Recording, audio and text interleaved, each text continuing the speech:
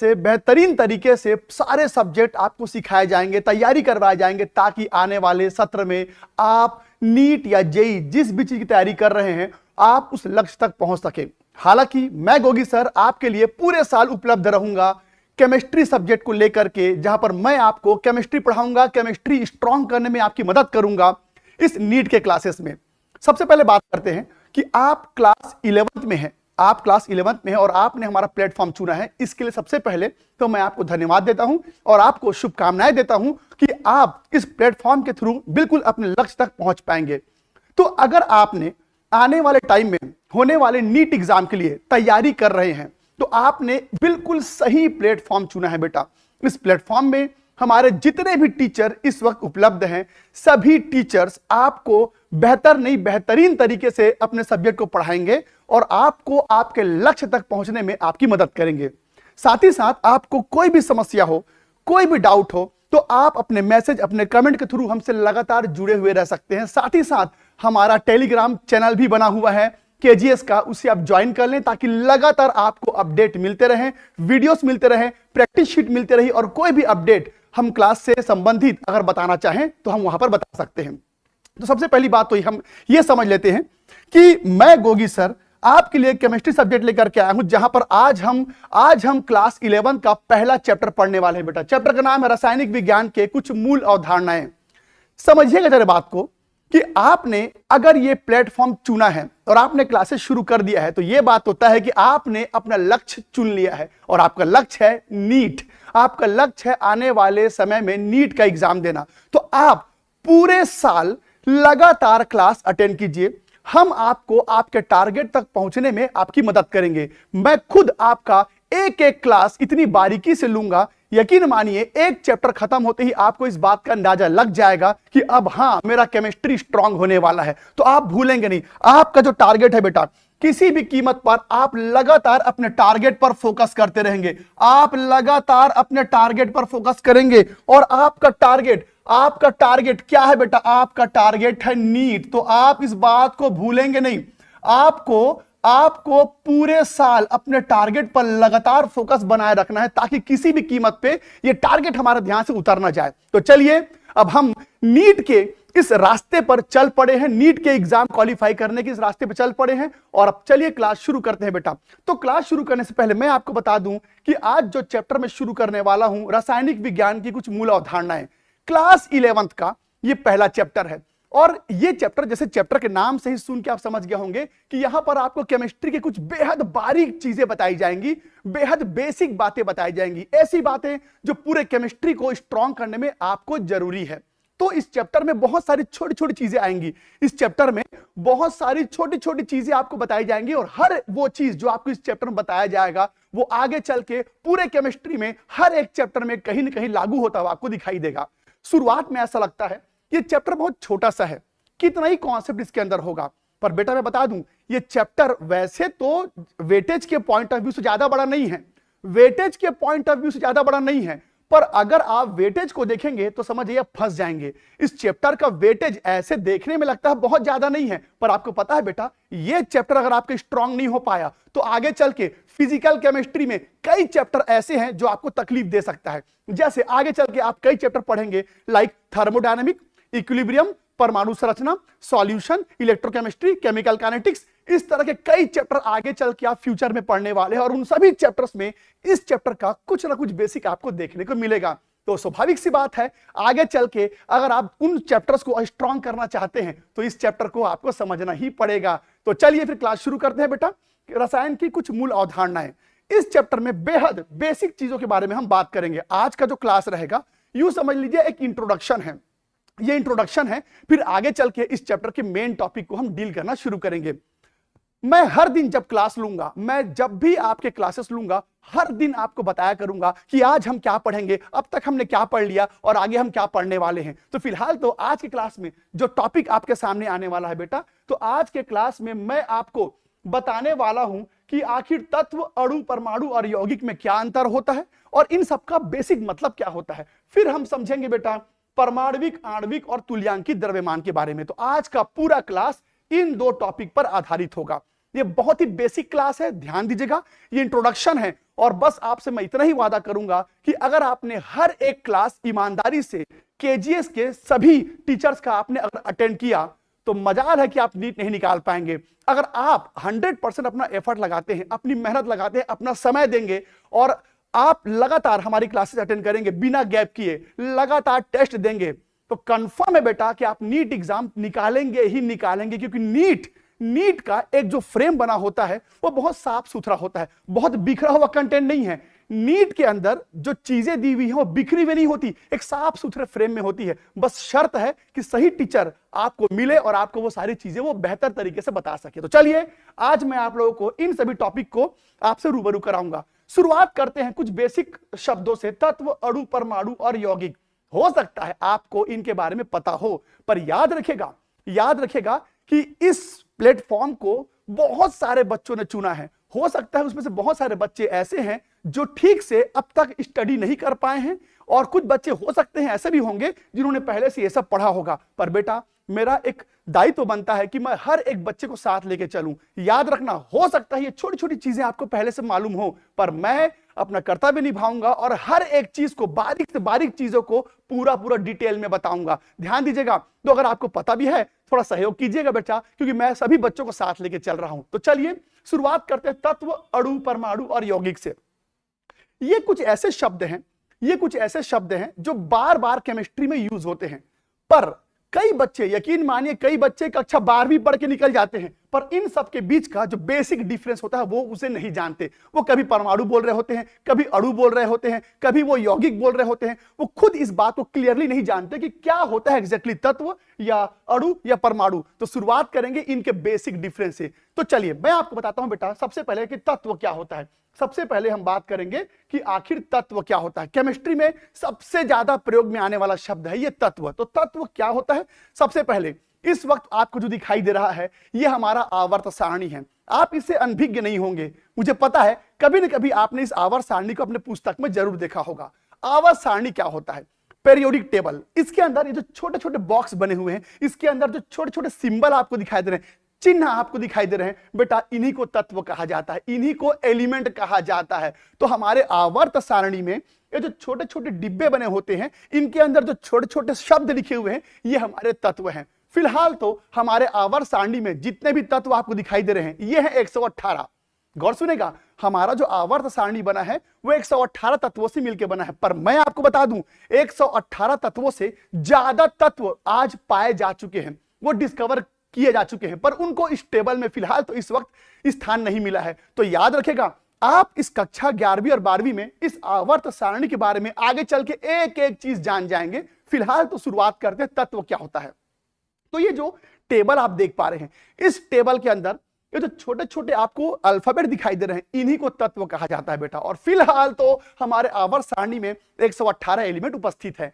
अब तत्व बेसिकली क्या होता है, तत्व बेसिकली क्या होता है और जो परमाणु होता है वो क्या है, इसको थोड़े गहराई समझने की कोशिश करते हैं। तत्व कब कहेंगे, परमाणु कब कहेंगे, क्या होता है तत्व, क्या होता है परमाणु, मैं आपको एक एक चीज एकदम बारीकी से बताऊंगा। जरा गौर सुनेगा।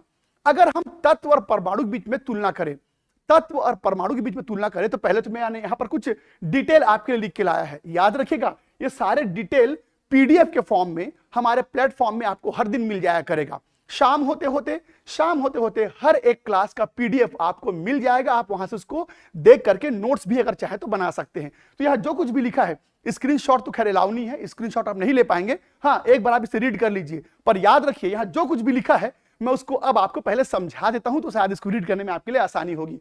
तो समझते हैं बेटा, तत्व समझते हैं पहले। तत्व और परमाणु के बीच में क्या बेसिक डिफरेंस। अक्सर इन दो शब्दों को लेकर लोग परेशान रहते हैं, तो मैं आपको बताता हूं बेटा तत्व और परमाणु में बेसिक डिफरेंस क्या होता है। तत्व और परमाणु में बेसिक डिफरेंस क्या होता है, गौर सुनेगा। मान लीजिए कि मैं आपसे यह कहता हूं, कि मेरे पास एक बड़ा सा लकड़ी का, ध्यान सुनेंगे बेटे, मेरे पास एक बड़ा सा लकड़ी का टुकड़ा है, या एक समझ लीजिए एक लकड़ी का कबर्ड बना हुआ है, लकड़ी का एक बॉक्स बना हुआ है, और इसके अंदर मैंने लोहे को रख दिया।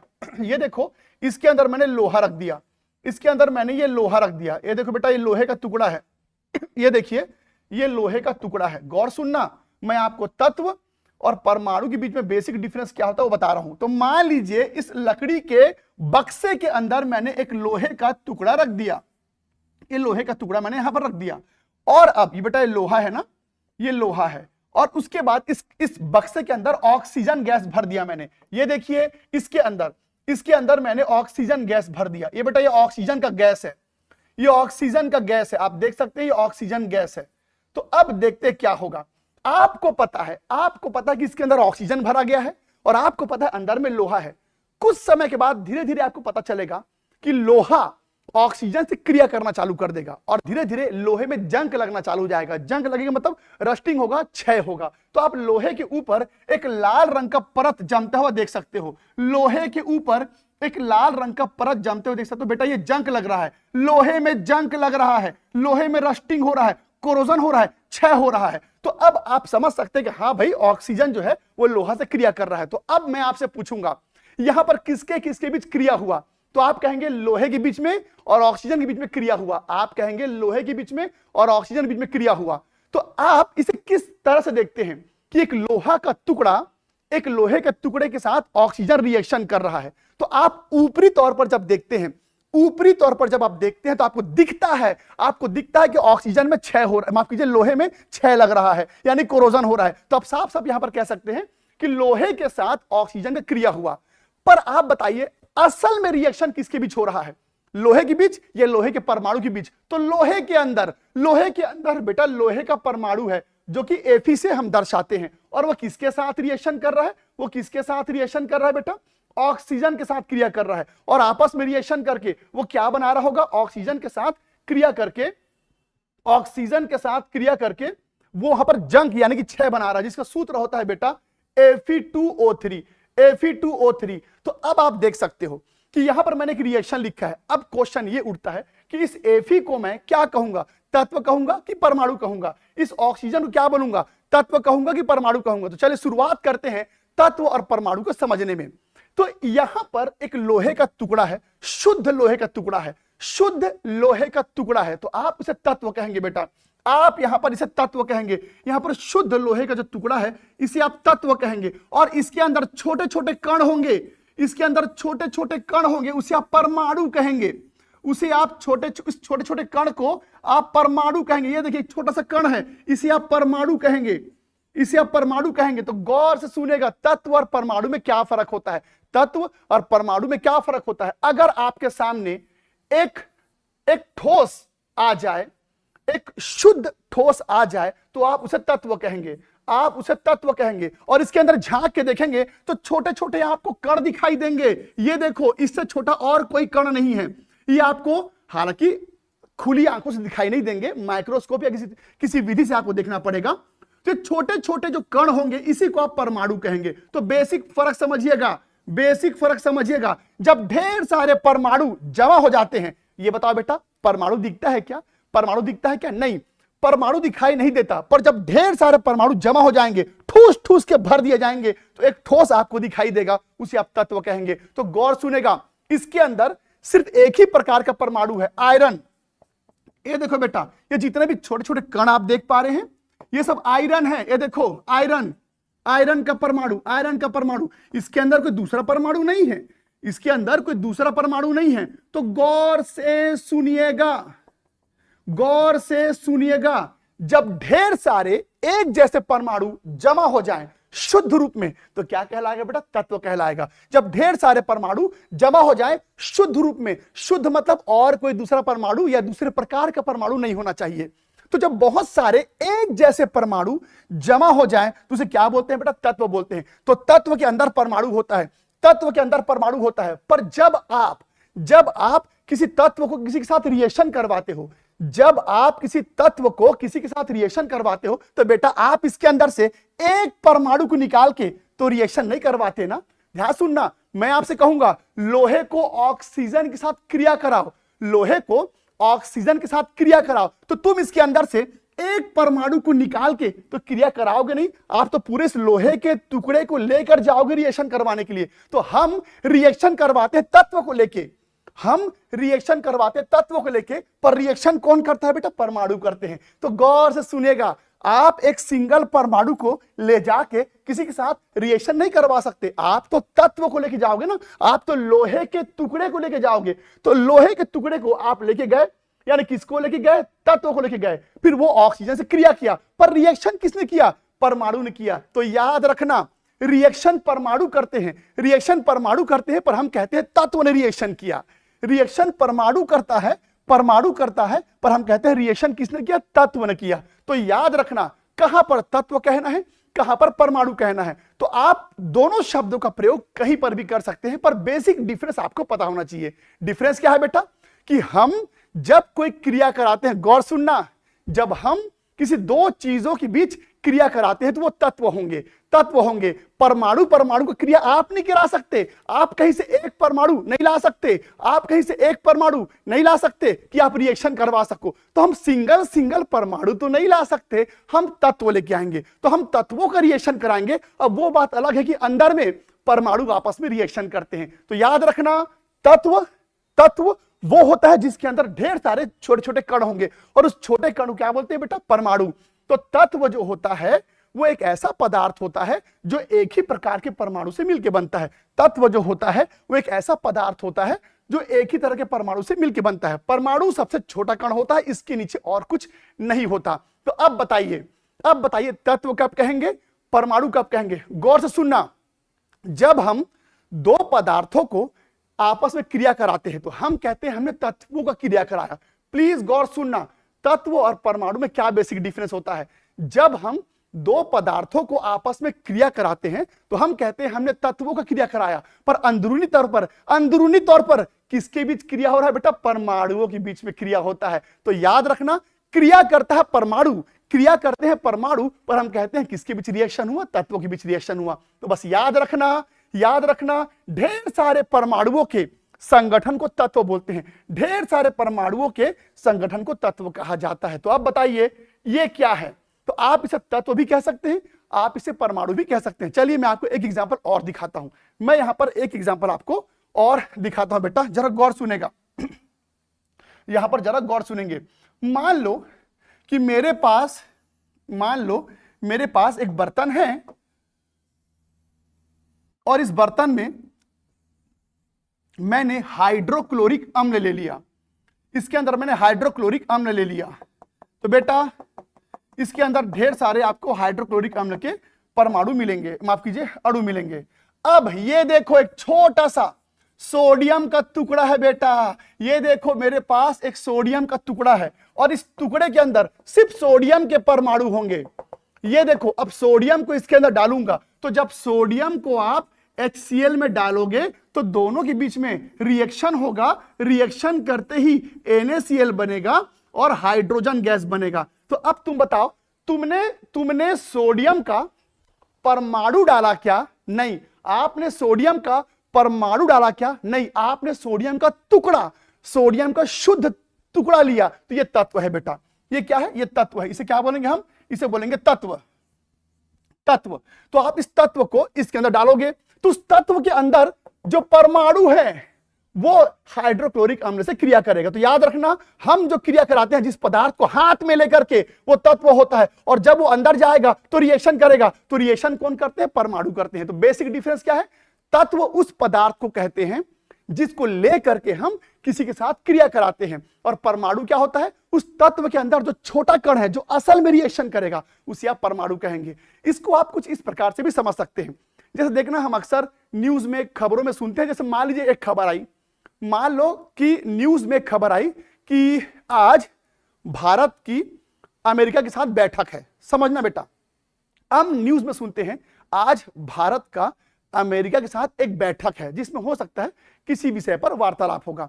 तो आप बताओ, भारत अमेरिका के साथ बैठक कर रहा है, इसका मतलब क्या होता है? भारत की तरफ से कोई एक प्रतिनिधि अमेरिका के किसी एक प्रतिनिधि से बैठक करेगा और बात करेगा। तो ऊपर तो क्या बोलते हैं? भारत और अमेरिका के बीच में बैठक हुआ, पर अंदर से देखते तो पता चलता है कि भारत का एक प्रतिनिधि अमेरिका के एक प्रतिनिधि से मिलकर के बैठक किया। तो भारत और अमेरिका क्या हो गया बेटा? तत्व हो गया। और जो प्रतिनिधि हैं जो एक्चुअल में बैठक कर रहे हैं वो कौन होंगे? परमाणु होंगे। तो याद रखना, ऊपर से जो दिखता है वो तत्व होते हैं, और अंदरूनी तौर पे जिसके बीच में रिएक्शन हो रहा होता है वो परमाणु होते हैं। तो यह है बेटा परमाणु और तत्व के बीच का बेसिक डिफरेंस। ठीक है, तो यहां पर हमने एक पदार्थ को मिलाया, वो है सोडियम का तत्व, पर अंदर जाके सोडियम के तत्व के अंदर जो परमाणु होंगे वो आगे चल के रिएक्शन करता है। तो लीजिए, मैंने आपको परमाणु और तत्व के बीच में बेसिक डिफरेंस बता दिया। मैंने आपको परमाणु और तत्व के बीच में एक बेसिक डिफरेंस बता दिया। तो लीजिए, सबसे पहले तो आप इस परिभाषा को एक बार रीड करो, कुछ पूछना है तो पूछिए, फिर सीधे आगे बढ़ेंगे बेटा, और देखते हैं कौन कौन से बच्चे मेरे आज उपस्थित हैं। तो गोपाल जी, आप कह रहे हैं कि सर आप लिखाया कंटेंट क्यों लाए हैं? बेटा, इतना सारा कंटेंट अगर हम लिखेंगे हाथ से तो साल भर में सिलेबस कंप्लीट नहीं होगा। अगर आप कक्षा 11वीं, आज पहली बार कक्षा 11वीं कंटेंट पढ़ना चालू कर रहे हैं, तो पहली बात तो मैं आपको ये बता दूं बेटा कि आप नीट के क्लास में बैठे हैं, आप नीट के क्लास में बैठे हैं, तो इसमें आपको बहुत ज्यादा डीप कॉन्सेप्ट बताया जाएगा, बहुत सारी चीजें बताई जाएंगी, इतनी सारी चीजें बताई जाएंगी कि उसको हर एक चीज को लिख के तुरंत क्लास में लिखा नहीं जा सकता। इसीलिए कुछ चीजों को हम लिख के लाएंगे और कुछ चीजों को हम लिखेंगे। तो लव कुश, मनीष, अमित, अभिषेक, सुदर्शन, हैप्पी, महक, नीरज, सौम्या, आप सबका बहुत बहुत स्वागत है बेटा। सौम्या जी पूछ रहे हैं how to join Telegram channel.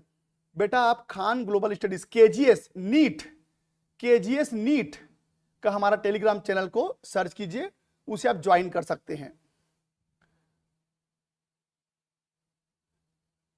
नजराना सिद्दीकी जी कह रही केमिस्ट्री मेरा बहुत वीक है। चिंता मत करो बेटा, अब केमिस्ट्री ज्यादा समय तक वीक नहीं रहेगा। मैं आपसे वादा करता हूं आपका केमिस्ट्री एकदम स्ट्रांग कर दूंगा, बस शर्त है आपको हर एक क्लास अटेंड करना होगा। चलिए चलिए चलिए, चिंता ना करें, चिंता बिल्कुल ना करें। अब तक आपका केमिस्ट्री चाहे जैसा भी रहा है भूल जाइए। मैं आपसे वादा करता हूं इस पूरे एक साल में इतना स्ट्रांग कर दूंगा आपका केमिस्ट्री कि जिसका आपने अब तक कल्पना भी नहीं किया होगा। एक एक चीज आप मास्टर बन जाएंगे अपने सब्जेक्ट का। तो आप बिल्कुल निश्चिंत रहिए। हम अगर एक क्लास लेकर के आए हैं बेटा, तो हमने भी, आपने ही नहीं, हमने भी ठाना है कि आपको नीट तक ले जाना है। तो याद रखिएगा, आप सिर्फ ये नहीं सोच रहे कि आपको नीट क्वालिफाई करना है, हम भी उसी स्तर का, उसी लेवल का सोच रहे हैं कि आपको नीट क्वालिफाई करवाना है। तो आप निश्चिंत रहिए। अब तक आपका जो भी एकेडमिक हालात रहे हैं भूल जाइए। अब यहां से आपने सही प्लेटफॉर्म चुना है। इस पूरे साल भर में आपका जो भी सब्जेक्ट है, आपका जो भी व्यक्तिगत सब्जेक्ट आप पढ़ेंगे, सारे सब्जेक्ट बेहद स्ट्रांग हो जाएंगे। चलिए, तो ये कुछ परिभाषाएं हैं। तो अब मैंने आपको बताया बेटा कि तत्व क्या होता है, परमाणु भी मैंने आपको बता दिया। अब बात करते हैं बेटा यौगिक क्या होता है। अब बात करते हैं यौगिक क्या होता है। तो यौगिक तक पहुंचने के लिए पहले हमें कुछ बेसिक बातों को समझना पड़ेगा। ध्यान से देखना बेटा, अब मैं क्या बताने जा रहा हूं, ध्यान से देखना। अब मैं यहां पर क्या बताने जा रहा हूं, जैसे कि सबसे पहले मैंने तत्व लिया, गौर से सुनना। सबसे पहले मैंने तत्व लिया, ये तत्व है। मान लेते हैं क्या चीज का है बेटा, तो मान लो कि ये जो मैंने लिया है ये सोडियम का तत्व है। मान लो कि ये सोडियम का तत्व है, ये सोडियम का तत्व है, ठीक है, ये सोडियम का तत्व है। और इसके अंदर ये क्या है बेटा, सोडियम का परमाणु है। ये क्या है बेटा, ये सोडियम का परमाणु है। तो गौर से सुनेंगे। अब सोडियम का परमाणु, अब सोडियम के परमाणु को मैं किसी के साथ रिएक्शन करवाऊंगा, सोडियम के परमाणु को मैं किसी के साथ रिएक्शन करवाऊंगा। मान लेते हैं कि सोडियम को मैं हाइड्रोजन से रिएक्शन करवाता हूं। मान लेते हैं कि सोडियम को, गौर सुने बेटा, मान लेते हैं कि सोडियम को मैं हाइड्रोजन के साथ रिएक्शन कराऊंगा। तो देखना क्या होता है, अब सोडियम हाइड्रोजन के साथ जुड़ गया, बंध बना लिया। सोडियम और हाइड्रोजन ने आपस में बंध बना लिया। और जब दो अलग अलग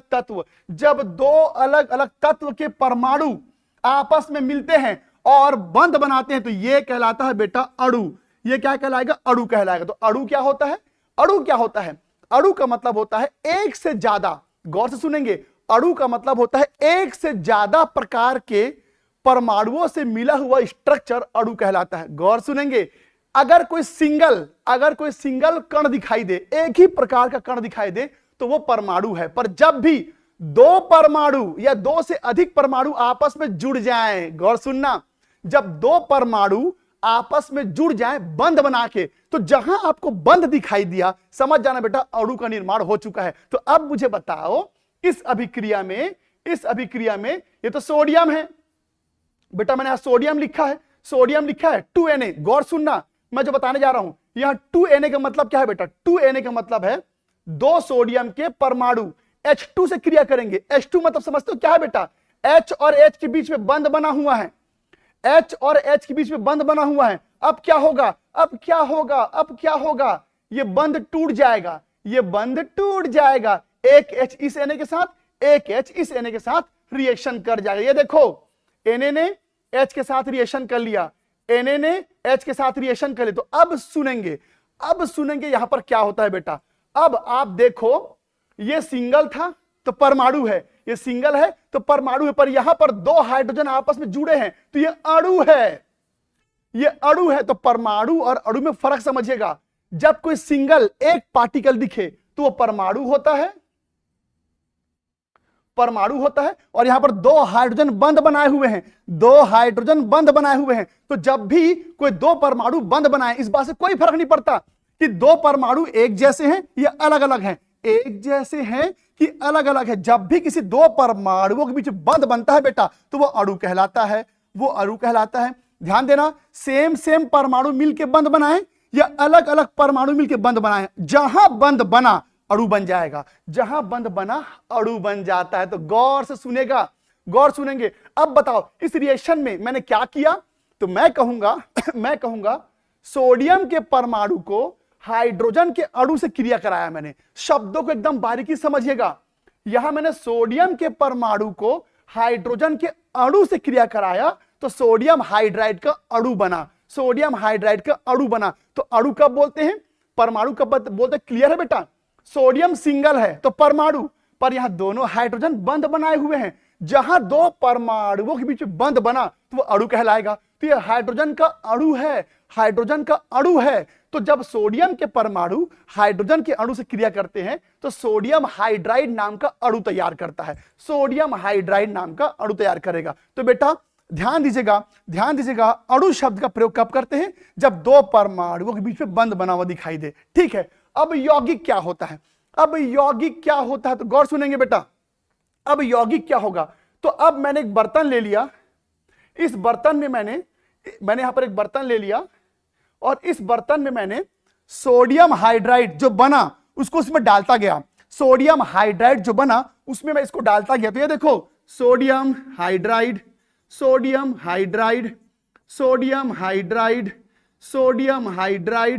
तो इसके अंदर मैं सोडियम हाइड्राइड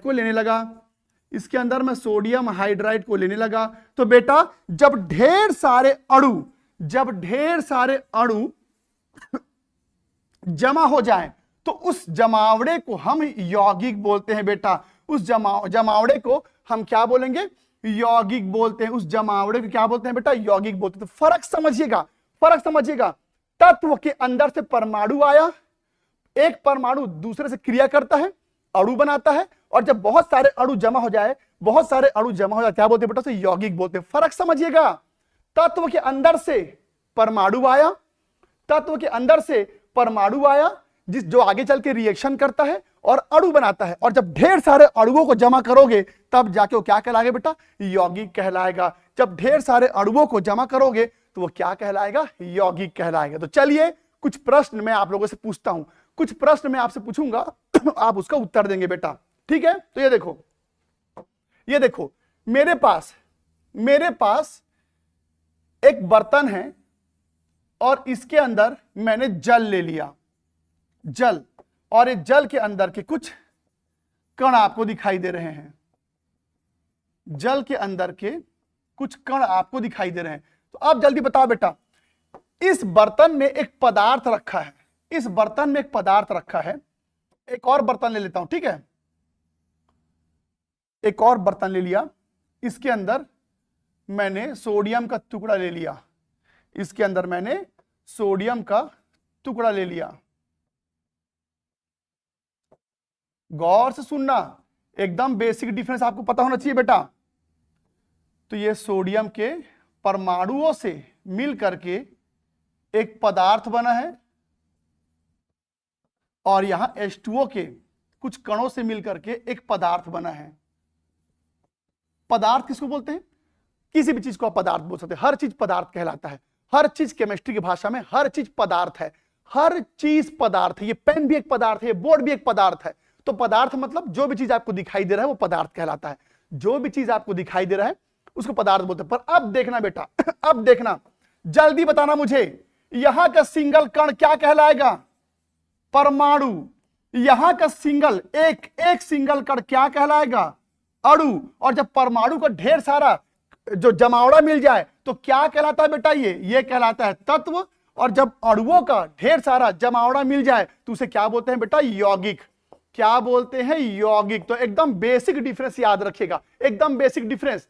परमाणु जब ढेर सारे होते हैं शुद्ध रूप में तो तत्व कहलाएंगे, ढेर सारे अणु जब एक साथ होते हैं शुद्ध रूप में तो यौगिक कहलाते हैं। बस इतना याद रखना, परमाणुओं के कलेक्शन को तत्व कहते हैं और अणुओं के कलेक्शन को यौगिक कहा जाता है। परमाणुओं के जमावड़े को हम तत्व कहते हैं और अणुओं के जमावड़े क्या बोलते हैं बेटा? यौगिक बोलते हैं। ये कुछ बेसिक डिफरेंस है तत्व, परमाणु, यौगिकों के बीच में। तो चलिए अब यहां से, ये तो एक सिंपल इंट्रोडक्शन था बेटा।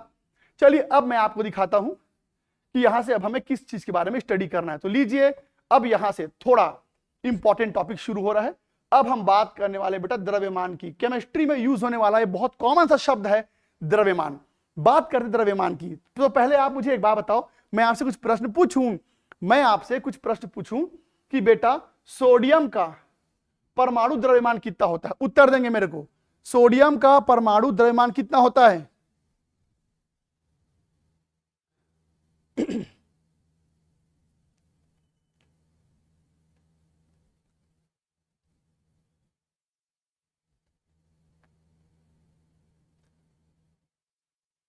सोडियम का परमाणु भार या परमाणु द्रव्यमान कितना होता है बेटा?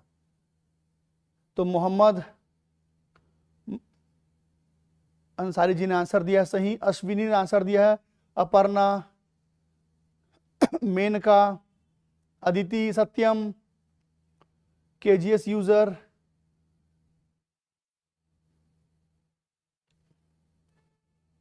तेईस ग्राम प्रति मोल होगा बेटा। बहुत लोग 11 लिख रहे हैं।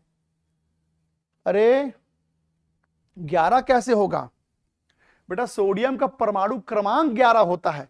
मैंने तो परमाणु द्रव्यमान पूछा है, तो इसका परमाणु क्रमांक होता है 11, इसका परमाणु क्रमांक होता है 11, पर परमाणु भार जो होता है वो होता है बेटा 23 ग्राम प्रति मोल। इसका जो परमाणु भार होता है वो होता है 23 ग्राम प्रति मोल। तो अब चलिए मैं आपको बताता हूं आखिर परमाणु भार क्या होता है, परमाणविक भार क्या होता है, परमाणविक द्रव्यमान क्या होता है। जरा गौर सुनेगा, परमाणविक द्रव्यमान क्या होता है। सबसे पहले आपको यह समझना पड़ेगा कि परमाणविक द्रव्यमान यानी कि परमाणविक भार आता कहां से है। किसी परमाणु में भार कहां से आया, किसी परमाणु में भार कहां से आता है।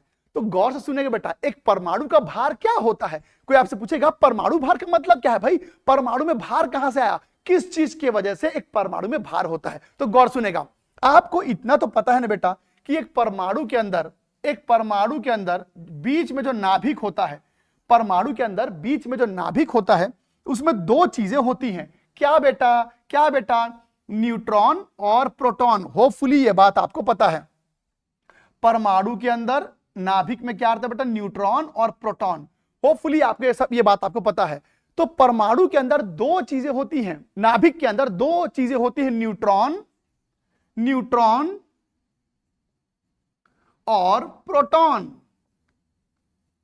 और जरा गौर सुनिए बेटा, न्यूट्रॉन और प्रोटॉन का जब योग करोगे तब जाके भार बनता है, यानी कि परमाणु भार बनता है, तब जाके परमाणु भार बनता है। तो कोई आपसे पूछेगा परमाणु भार क्या होता है, तो कहना परमाणु के अंदर जो नाभिक होता है उस नाभिक के अंदर जो भी न्यूट्रॉन होंगे, जो भी प्रोटॉन होंगे, उसके योग को ही हम परमाणु भार कहते हैं। बेटा गौर से सुनना, मैंने क्या बोला, किसी परमाणु के अंदर नाभिक में जो प्रोटॉन होते हैं, जो न्यूट्रॉन होते हैं, उनके योग को हम क्या बोलते हैं बेटा? परमाणु भार बोलते हैं। तो इसका मतलब यह निकला कि एक परमाणु के भार को कौन निर्धारित करता है?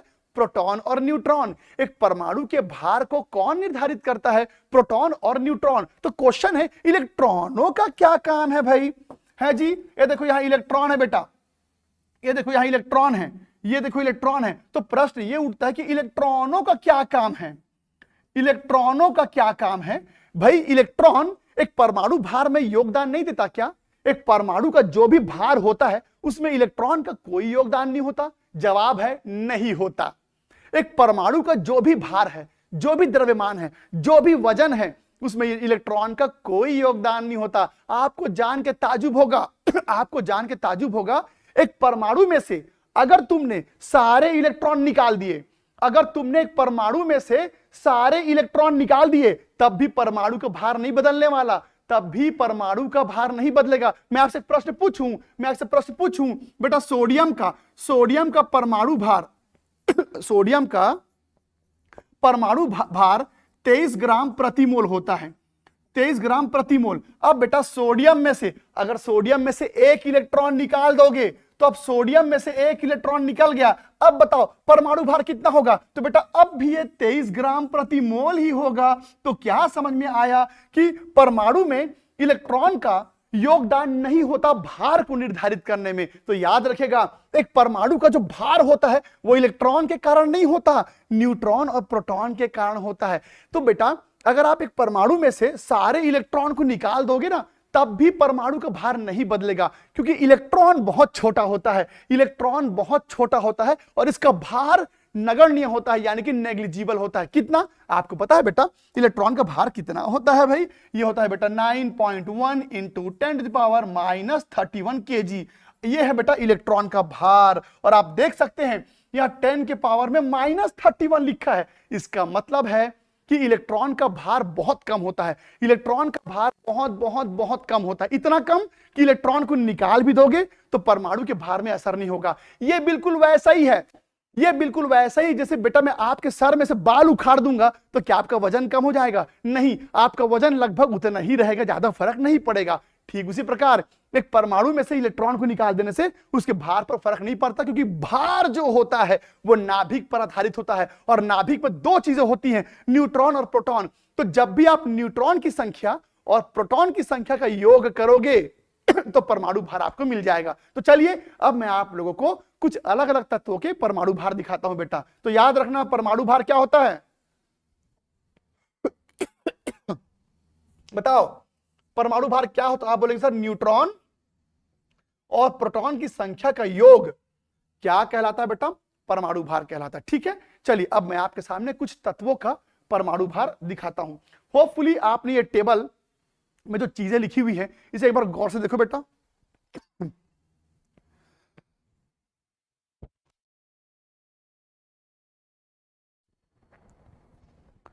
अच्छा, एक बच्चा बोल रहा है इंग्लिश में भी बताएं।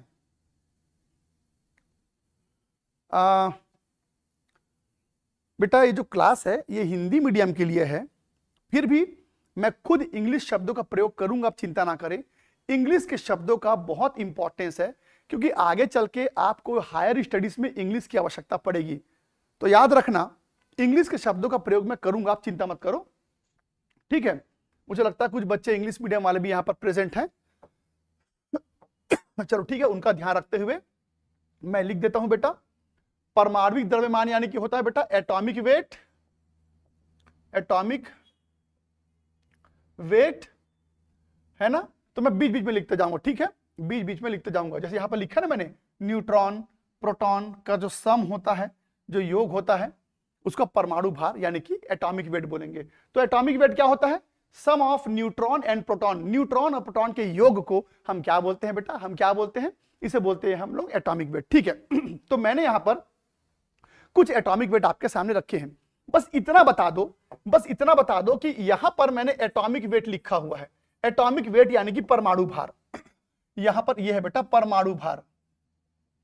तो इतना तो आप समझ गए होंगे कि ये जितने भी वैल्यू आपको दिखाई दे रहे हैं, यहां पर जितने भी वैल्यू दिखाई दे रहे हैं, ये एटॉमिक वेट है, यानी कि परमाणु भार है। यानी कि ये न्यूट्रॉन और प्रोटॉन का सम है यानी योग है।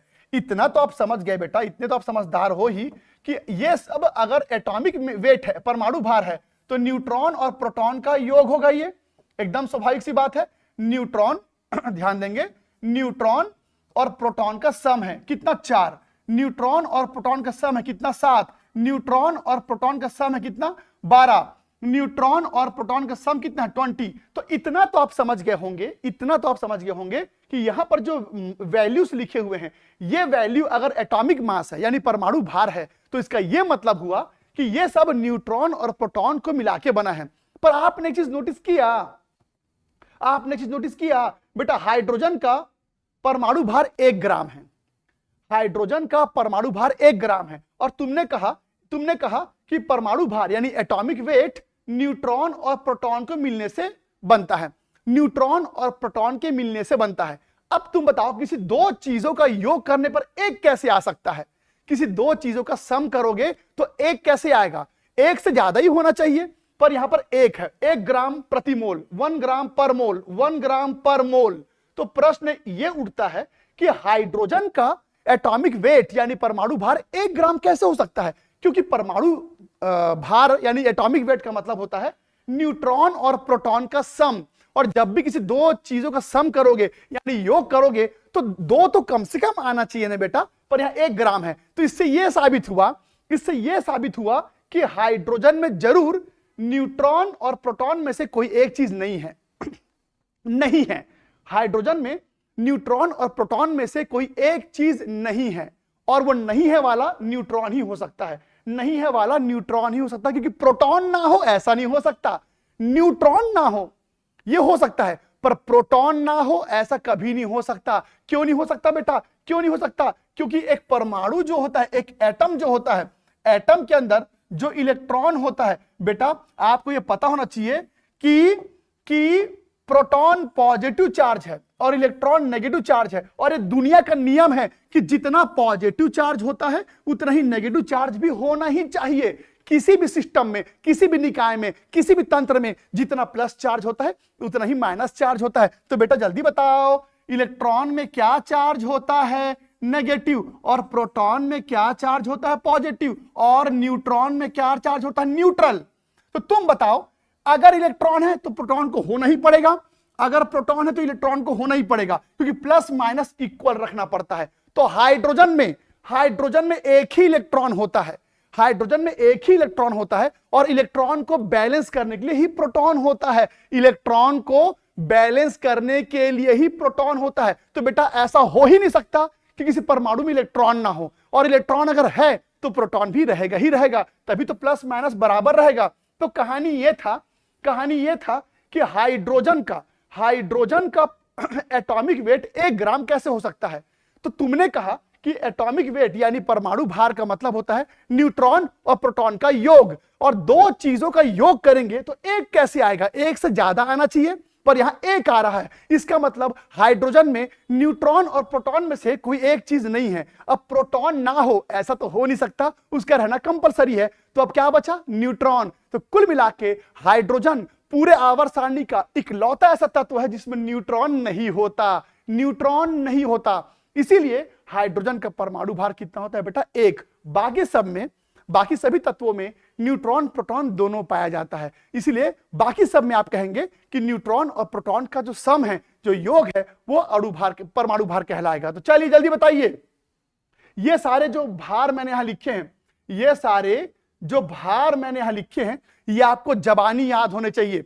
शुरू में टाइम लगेगा, पर मैं आपसे वादा करता हूं चैप्टर खत्म होते होते आप इतने ही तत्व नहीं बल्कि और बहुत सारे तत्वों का परमाणु भार यानी एटॉमिक वेट याद कर चुके होंगे। तो एटॉमिक वेट बैठ के याद करने से नहीं होता। जब आप ढेर सारे प्रश्न बनाएंगे तो ये सारे एटॉमिक वेट अपने आप याद होने शुरू हो जाते हैं। तो इस वक्त मैंने आपके सामने कुछ अलग अलग तत्वों के एटॉमिक वेट यानी कि परमाणु भार रख दिया है। तो परमाणु क्रमांक 1 से लेके परमाणु क्रमांक 20 तक मैंने तत्वों का परमाणु भार आपके सामने दर्शाया है। इसे एक बार देखिए, फिर कहानी को आगे बढ़ाता हूं बेटा। हाँ प्रीति जी, प्रोटॉन में चार्ज होता है बेटा, प्लस चार्ज होता है प्रोटॉन में।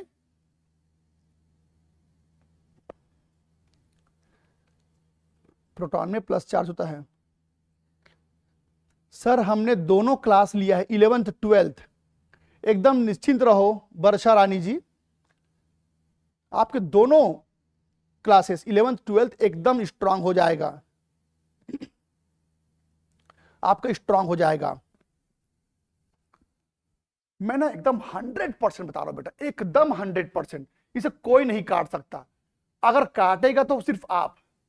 मैं एकदम 100% आपको बता रहा हूं कि आपका जो लक्ष्य है, आपका जो लक्ष्य है बेटा नीट क्वालिफाई करना, गौर सुनना, आपका ये जो लक्ष्य है नीट क्वालिफाई करना, इस लक्ष्य तक पहुंचना कितना आसान है। मैं आपसे कहता हूं यहां तक पहुंचना 100% आसान होता है, 100% आसान है। मैं आपको यहां तक पहुंचाऊंगा, हमारे केजीएस के टीम के हर एक टीचर आपको यहां तक पहुंचाएगा। आपको यकीन नहीं होगा, सिर्फ आपको क्या करना है, हर दिन आपको क्लासेस ईमानदारी से अटेंड करना है, अपने स्तर पर नोट्स बनाना है और चीजों को याद करते हुए चलना है। हर 5 दिन 6 दिन 7 दिन में पीछे के चीजों को रिवाइज करते हुए चलना। अगर आप रिवीजन नहीं कर पाए ना बेटा तो कुछ भी फायदा नहीं निकलेगा। यहां तक वही बच्चा पहुंचता है, यहां तक वही बच्चा पहुंचता है जो साल भर टीचर के बराबर चलता है। तुमको क्या लगता है, तुमको जान के बहुत अजीब लगेगा, तुमको जान के अजीब लगेगा, वही बच्चा नीट या जेईई निकालता है जिसका नॉलेज लगभग टीचर के तुल्यांक हो चुका होता है। वो टीचर के बराबर तो नहीं पहुंच पाएगा, पर टीचर के नॉलेज के आसपास पहुंचेगा, तब जाके वो नीट या जेईई क्वालिफाई कर पाता है। अब आप कहेंगे सर ऐसे कैसे हो सकता है कि हम टीचर जितना नॉलेज समझ ले। बेटा नॉलेज अलग होता है और अनुभव अलग होता है। अनुभव आपको उतना नहीं मिलेगा जितना टीचर के पास है। मेरे पास 21 साल का अनुभव है, तो आप इस 1 साल में उतना अनुभव तो गेन नहीं कर पाएंगे, पर नॉलेज तो गेन कर सकते हैं। मैंने इस 21 साल में जो कुछ सीखा है सब आपके ऊपर पटक दूंगा। पर सोचो, अगर आपने उस सब चीज को यहां ले लिया ना बेटा एक बार, तो कोई मजाल नहीं कि कोई आपको नीट निकालने से रोक सके। तो आपको अनुभव नहीं, आपको नॉलेज लेना है और आपको अपनी फ्रीक्वेंसी हमारे साथ मैच करनी है। और जिस दिन आपको ये समझ में आ गया मेरी बात ना कि हाँ हमको साथ साथ चलना है, टीचर के बहुत सारे बच्चों ने नीट निकाला है बेटा हमारे, और आप भी उसमें से एक बिल्कुल होंगे। आने वाले समय में नीट यानी कि डॉक्टर आप बनने वाले हैं, ये तो मैं आपको डिक्लेयर कर रहा हूं। बस शर्त है एक दिन के लिए भी आपकी ऊर्जा कम नहीं होनी चाहिए, एक दिन के लिए भी आपकी ऊर्जा कम नहीं होनी चाहिए। आप डीमोटिवेट नहीं हो सकते, डीमोरलाइज नहीं हो सकते, आप थक नहीं सकते, आप हार नहीं सकते। एक भी दिन अगर आपको लगा कि आज मुझे थकान लग रहा है, मैं थक गया, फिर आप गए काम से। हालांकि मैं आपसे वादा करता हूं मैं आपको थकने नहीं दूंगा, कोई भी टीचर हमारे तरफ से आपको थकने नहीं देगा, लगातार आपको मोटिवेट करता रहेगा। तो याद रखना बेटा, इस लक्ष्य तक पहुंचना है। आप इसको कॉपी में लिख लो 100%, मुझे डॉक्टर बनना है, मुझे डॉक्टर बनना है, डॉक्टर ही बनना है। याद रखना, डॉक्टर बनना है और डॉक्टर ही बनना है, दोनों में फर्क होता है। याद है ना, याद है ना, मैंने पहले भी बोला है कई बच्चों को, मुझे डॉक्टर बनना है और मुझे डॉक्टर ही बनना है, दोनों में फर्क होता है बेटा। डॉक्टर बनना है मतलब बनना तो चाहता हूं, बन गया तो ठीक, नहीं बना तो भी ठीक। पर जो बच्चा कहता है मुझे डॉक्टर नहीं बनना है, मुझे डॉक्टर ही बनना है, तो डॉक्टर ही बनना है का मतलब होता है बेटा मेरे पास कोई विकल्प नहीं है सर, मेरे पास अब कोई विकल्प नहीं बचा, मुझे डॉक्टर ही बनना है। तो वो बच्चे तैयार हो जाइए, आप जरूर बनेंगे बेटा। बस क्लासेस ईमानदारी से अटेंड करते रहिएगा, क्लासेस गैप मत करना। तो चलिए, अब आपको समझ में आ गया कि परमाणु भार क्या होता है, न्यूट्रॉन और प्रोटॉन का योग। अब बात करते हैं बेटा अणु भार क्या होता है। अब बात करेंगे कि आणविक द्रव्यमान यानी कि मॉलिक्यूलर वेट क्या होता है। मॉलिक्यूलर वेट क्या होता है भाई, सिंपल सा कहानी है बेटा, सिंपल सी कहानी है कि आणविक द्रव्यमान मतलब अणु का द्रव्यमान, अणु का द्रव्यमान। मॉलिक्यूलर वेट मतलब मॉलिक्यूलर, एक मिनट बेटा, मॉलिक्यूलर वेट मतलब मॉलिक्यूल का वेट, मॉलिक्यूल का वेट। और ये बहुत आसान होता है। चलिए बस इतना ध्यान दीजिएगा कि अगर मैं आपसे कहूं कि चलो बेटा H2O का, H2O एक अणु है, H2O एक अणु है, चलो इसका भार निकालो, इसका परमाणु भार माफ कीजिए अणु भार निकालो, तो क्या करोगे बेटा, हाइड्रोजन का 1 ग्राम होता है, हाइड्रोजन 2 बार है, 2 ग्राम हो गया। ऑक्सीजन का 16 ग्राम होता है, ऑक्सीजन का जो भार होता है वो 16 ग्राम होता है प्रति मोल, तो कितना होगा बेटा 18 ग्राम प्रति मोल, 18 ग्राम प्रति मोल। मैं बार बार एक शब्द का प्रयोग कर रहा हूं, प्रति मोल, मैं बार बार एक शब्द का प्रयोग कर रहा हूं बेटा, प्रति मोल। ये देखो कार्बन का वजन कितना होता है 12 ग्राम, प्रति मोल। देख रहे बेटा, आप देख रहे बेटा, एल्युमिनियम का भार कितना होता है? 27 ग्राम प्रति मोल। तो इस प्रति मोल शब्द को भूलेंगे नहीं, नेग्लेक्ट नहीं करेंगे। प्रति मोल का मतलब क्या होता है वो आपको अगले क्लास में एकदम बेहतर तरीके से समझ में आ जाएगा। अभी के लिए बस इतना याद रखना कि हर बार जब भी मैं भार लिखूंगा तो भार के बगल में प्रति मोल लिखना ना भूलें। प्रति मोल लिखना भूल गए तो कहानी ही बदल जाएगा, अर्थ ही बदल जाता है। तो आपको पर मोल लिखना कंपलसरी है, वरना मीनिंग ही चेंज हो जाता है बेटा। तो चलिए अब मैं आपसे कहूंगा कि चलो ग्लूकोज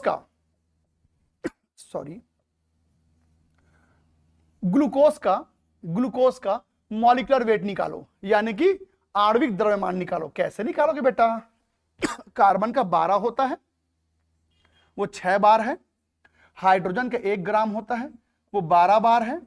ऑक्सीजन का 16 ग्राम होता है और वो 6 बार है। इसे हल करोगे तो ये आएगा बेटा 180 ग्राम प्रति मोल। तो आपने क्या देखा कि यहां पर ग्लूकोज का परमाणु भार यानी कि माफ कीजिए अणु भार यानी कि मॉलिक्यूलर वेट कितना है बेटा? 80 ग्राम पर मोल। तो मेरे ख्याल से मॉलिक्यूलर वेट निकालना बहुत मुश्किल नहीं है।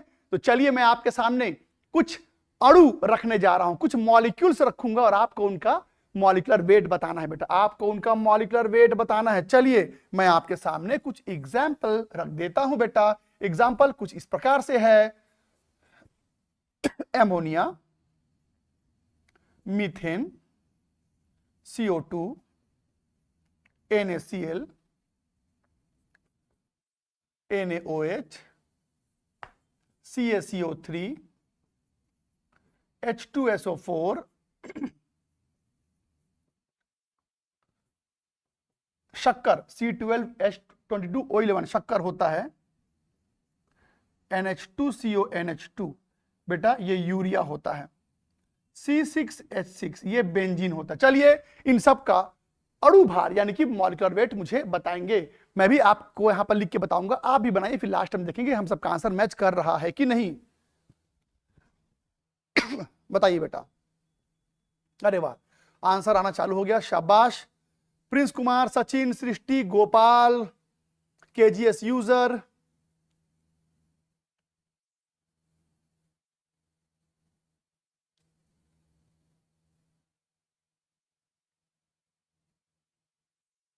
तनय जी केमिस्ट्री वीक है आपका, निश्चिंत हो जाइए, एकदम निश्चिंत हो जाइए।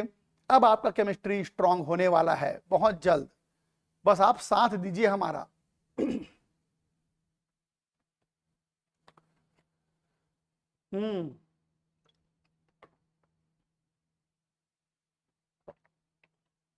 तो लौकुश जी का आंसर आ गया है।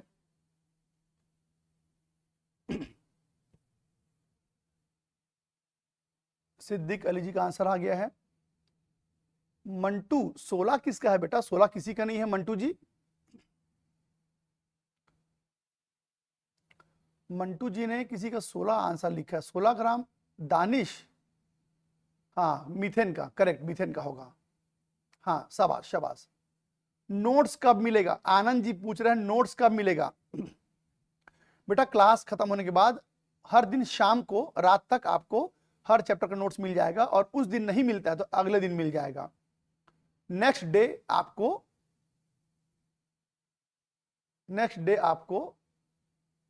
नोट्स मिल जाएगा बेटा।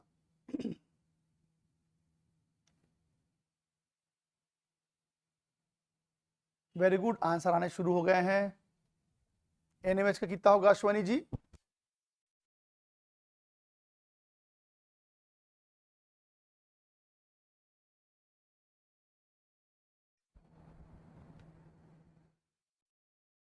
स्नेहा जी पूछ रही हैं कि सर आप जो पढ़ा रहे हैं उसे खुद से नोट्स बनाएंगे?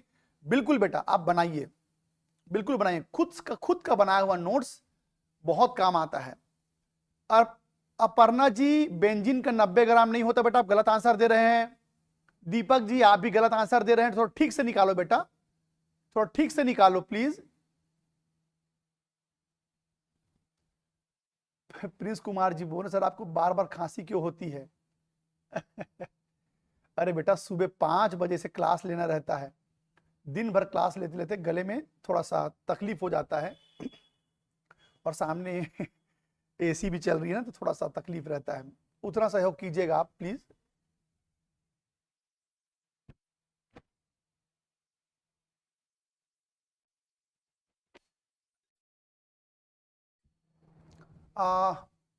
अंसारी जी, आपका एनएच का उत्तर गलत है। एनएच का उत्तर गलत है। बेंजीन का 78 है। अभिषेक यादव ने आंसर दिया, वेरी गुड। अभिनंदन जी ने बोला 44।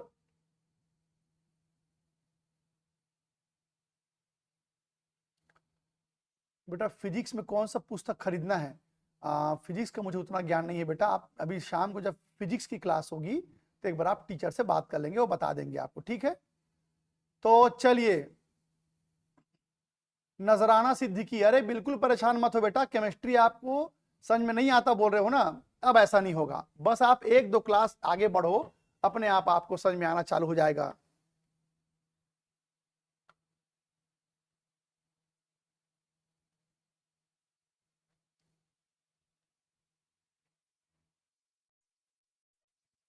बुक्स ले सकते हो बेटा, क्वेश्चन प्रैक्टिस करने के लिए बुक आप ले सकते हैं।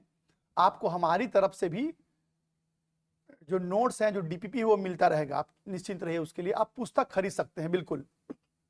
अभी पहले 1-2 क्लास हो जाने दो, मैं आपको कौन सी पुस्तक खरीदनी है मैं आपको बता दूंगा। हालांकि हमारे नोट्स जो हैं वो पर्याप्त होंगे, एक एक चीज आपको बताया जाएगा बेटा। बस आप क्लास अटेंड करो और ध्यान से लिखो।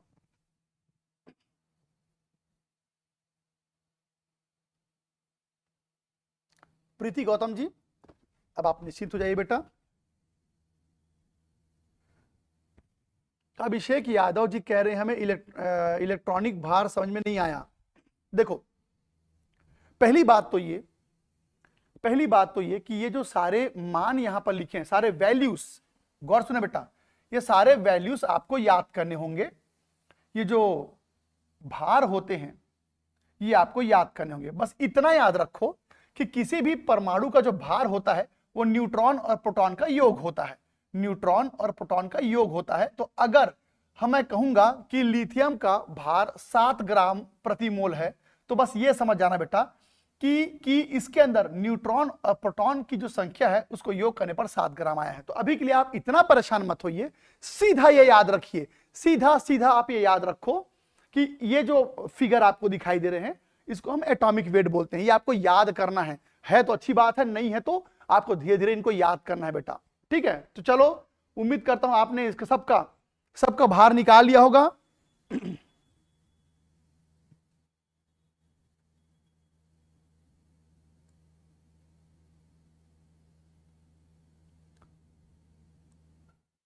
तो सृष्टि जी, स्वागत है बेटा आपका। ओके, हाँ बेटा, 12th की तैयारी भी होगी ना, शाम को क्लास है ना 12th की, शाम को 12th की क्लास है, उसकी भी तैयारी होगी, आप निश्चित रहिए। चलिए, तो फटाफट इसका आंसर मैं बताता हूं, आप भी मिलाइएगा। तो बेटा ये कितना निकाले हैं? कितना निकाले? 17 ग्राम प्रति मोल। ये बेटा कितना? ये 16 ग्राम प्रति मोल। ये 44 ग्राम प्रति मोल। ये 58.5 ग्राम प्रति मोल। ये 40 ग्राम पर मोल। ये 100 ग्राम पर मोल। ये 98 ग्राम पर मोल। ये 342 ग्राम पर मोल। ये 60 ग्राम पर मोल। ये 78 ग्राम पर मोल। तो देखो बेटा, मुझे भार निकालना नहीं पड़ रहा है, मुझे जबानी याद है ये सब। तो मैंने कहा एक बच्चा नीट कब निकालता है? जब उसका नॉलेज टीचर के नॉलेज के लगभग तुल्यांक हो जाता है, इक्विवेलेंट हो जाता है। हालांकि टीचर से पार आप नहीं हो पाएंगे, पर इस बात को समझना पड़ेगा कि एक बच्चा, ये बताइए, अगर मैं टीचर हूं, मैं नीट के एग्जाम में बैठूंगा तो मैं तो केमिस्ट्री पेपर बना लूंगा ना। मैं अगर केमिस्ट्री के पेपर में बैठता हूं नीट में, तो मैं तो केमिस्ट्री पेपर बना लूंगा। पर इसका यह मतलब नहीं कि मेरे पास ढेर सारा अनुभव है, इसलिए मेरे पास नॉलेज है इसलिए। तो आप बेटा 20 साल तो अनुभव गेन नहीं कर सकते इस नीट के पेपर के लिए, तो आपको सिर्फ नॉलेज गेन करना है, और उस नॉलेज को इतने अच्छे से यहां बिठा लेना है कि आप लगभग टीचर के तुल्यांक पहुंच जाएं। एकदम बराबर तो नहीं हो सकता, पर आप वहां तक पहुंचने की कोशिश करेंगे ना बेटा। आप ये समझ लो इस 2 साल में मुझे केमिस्ट्री में सब कुछ सीखना है जो गोगी सर जानते हैं। उन्होंने तो, गोगी सर ने सब बता दिया, गोगी सर ने तो सब बता दिया। अब मैं भी अगर वो सब सीख जाऊं, मतलब मैं भी गोगी सर के आसपास पहुंच सकता हूं। और अगर आप ऐसा सोचते हैं तो बेटा आप नीट निकाल के रहेंगे। मैं इसलिए ये सब बात करता हूं ताकि आपको थोड़ा सा चीजें जो है वो क्लियर मालूम चलती रहें। ओके, अब सबने यही निकाला क्या? किसी का आंसर इसमें गलत है क्या बेटा?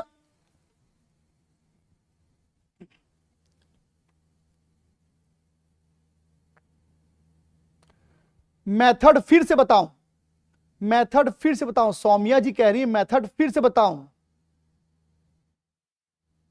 अखिलेश जी ठीक है बेटा, एक दो एग्जांपल मैं बता देता हूं, ठीक है? आपको करना क्या है, कुछ बच्चों को दिक्कत आ रही है, प्लीज थोड़ा सा सहयोग करेंगे बेटा। हो सकता है बहुत सारे बच्चों को ये सब बन जाता है, पर मैं हमेशा कहता हूं मुझे हर एक बच्चे को साथ लेके चलना है। अगर एक बच्चा जो हो सकता है कि केमिस्ट्री के बारे में कुछ भी नहीं जानता, वो शुरू से पढ़ना चाहता है, तो उसके लिए तो बेटा ये सब एकदम नया होगा ना। हो सकता है आप में से कई ऐसे बच्चे हैं जो पहले से केमिस्ट्री थोड़ा बहुत पढ़ चुके हैं, उनके लिए ये सब बहुत आसान लग रहा होगा। पर जो बच्चे पहली बार हमारे इस ग्रुप को ज्वाइन किए हैं इस उम्मीद में कि भाई मैं कुछ नहीं जानता केमिस्ट्री के बारे में, तो मैं इसलिए इस ग्रुप को चुनूंगा, खान सर को चुनूंगा कि मुझे हर चीज बताया जाए, तो बेटा आप बिल्कुल गलत प्लेटफॉर्म में नहीं आए हैं। याद रखिएगा, जो बच्चा कुछ भी नहीं जानता उसको भी मैं साथ लेके चलूंगा। तो जिन बच्चों को आता है थोड़ा सहयोग करेंगे बेटा, क्योंकि हमें सब बच्चों को साथ लेके चलना है। तो कुछ बच्चों को कहना है कि सर इसको एक बार रिपीट कर दो। ठीक है बेटा, चलो मैं आपके लिए इसको एक बार रिपीट कर देता हूं। बस इतना ध्यान देना कि ये जो भार आप देख पा रहे हैं इसी का यूज करना है, इसी का यूज करना है आपको, ठीक है? तो अगर मैं कहूंगा कि चलो, मैं अगर आपसे कहूंगा बेटा कि मैं अगर आपसे ये कहूंगा, मैं आपसे अगर ये कहूंगा कि चलो CH4 का भार बताओ, CH4 का अणु भार बताओ, तो आपको क्या करना है बेटा? सुनना, आपको क्या करना है, कार्बन कितना है? कार्बन है 12 ग्राम, तो यहां मैंने ले लिया 12 ग्राम।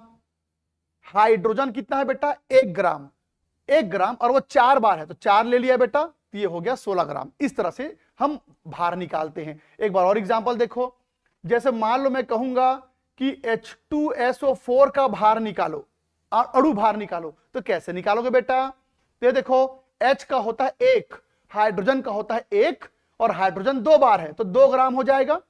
सल्फर का ये देखो सल्फर का होता है बेटा 32, सल्फर का होता है बेटा 32, तो यहां 32 ले लो। अब ऑक्सीजन का बेटा, ऑक्सीजन का होता है 16, ऑक्सीजन का होता है 16, तो 16 ले लो, पर 16 गुड़ी 4 करेंगे ना, क्योंकि ऑक्सीजन जो है वो 4 बार है, इसको हल करोगे तो 98 आएगा। तो आपको बस क्या करना है, इन भारों का प्रयोग करना है। ध्यान देना, अभी मैं परमाणु क्रमांक यूज नहीं कर रहा हूं, अभी मैं परमाणु क्रमांक यूज नहीं कर रहा हूं, अभी मैं सिर्फ भार यूज कर रहा हूं, अभी मैं सिर्फ भार यूज कर रहा हूं बेटा। तो अब बताइए, उस आधार पर अगर मैं आपसे कहूंगा, उस आधार पर अगर मैं आपसे यह कहूंगा कि चलो बच्चों ये शक्कर का सूत्र है, शक्कर का अणु भार निकालो, तो कैसे निकालोगे बेटा? कार्बन का होता है 12 ग्राम और ये 12 बार है, ठीक, प्लस हाइड्रोजन का होता है 1 ग्राम और बेटा वो 22 बार है, प्लस ऑक्सीजन का होता है 16 ग्राम और वो 11 बार है। तो बस आपको क्या करना है, बस आपको क्या करना है, ये देखो 12 को 12 से गुणा करो, 1 को 22 से गुणा करो और 16 को 11 से, फिर लास्ट में इनका योग कर देना, लास्ट में इनका योग कर देना। योग करोगे तो ये 342 ग्राम आएगा, यानी यहां पर जो लिखा है वो आएगा। तो बोलिए बन जाएगा? अब बोलिए बन जाएगा सबसे ये?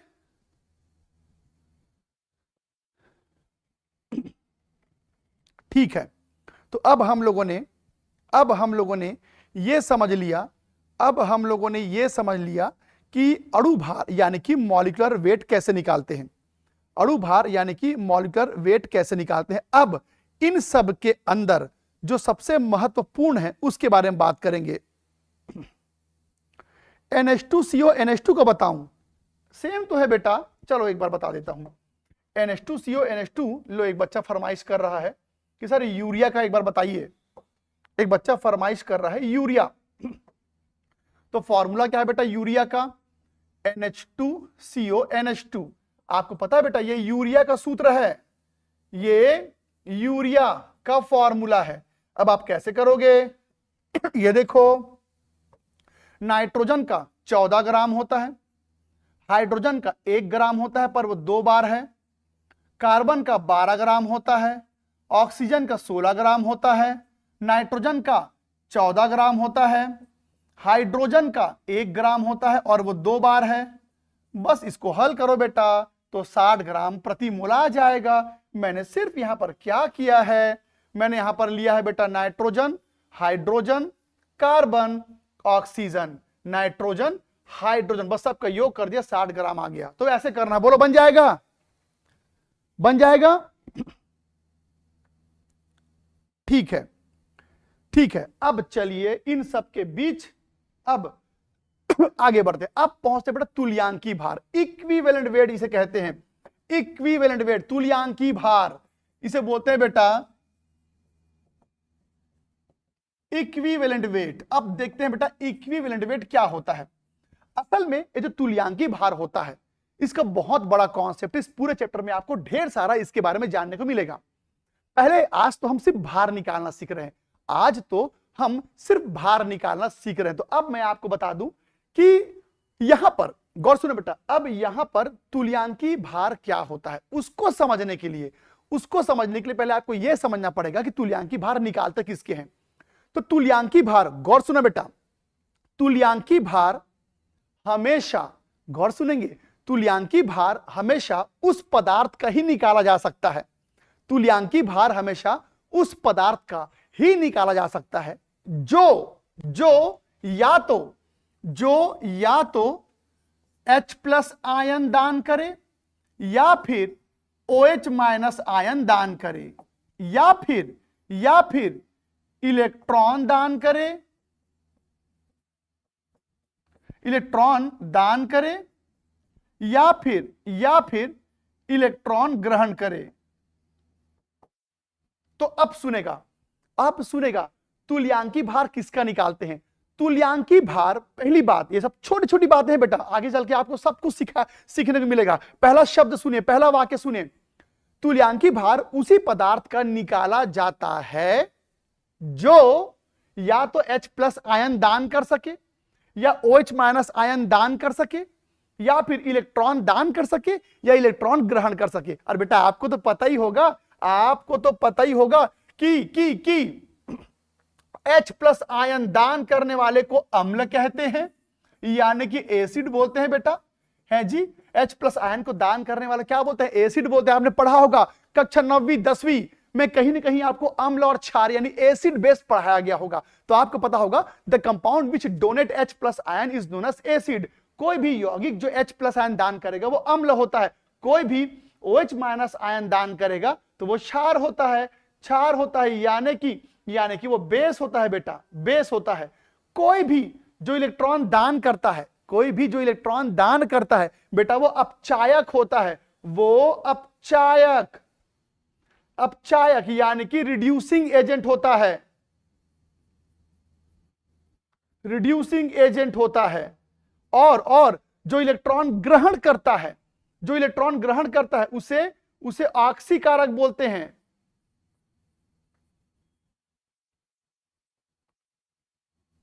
ऑक्सीकारक यानी कि ऑक्सीडाइजिंग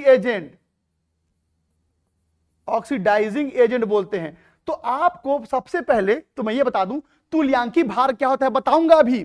तुल्यांकी भार क्या होता है बताऊंगा, पहले तो ये समझ लो तुल्यांकी भार निकालता किसके हैं, तुल्यांकी भार किसका निकलता है। तो ये बहुत इंपॉर्टेंट पॉइंट है बेटा, ये बहुत इंपॉर्टेंट पॉइंट है कि तुल्यांकी भार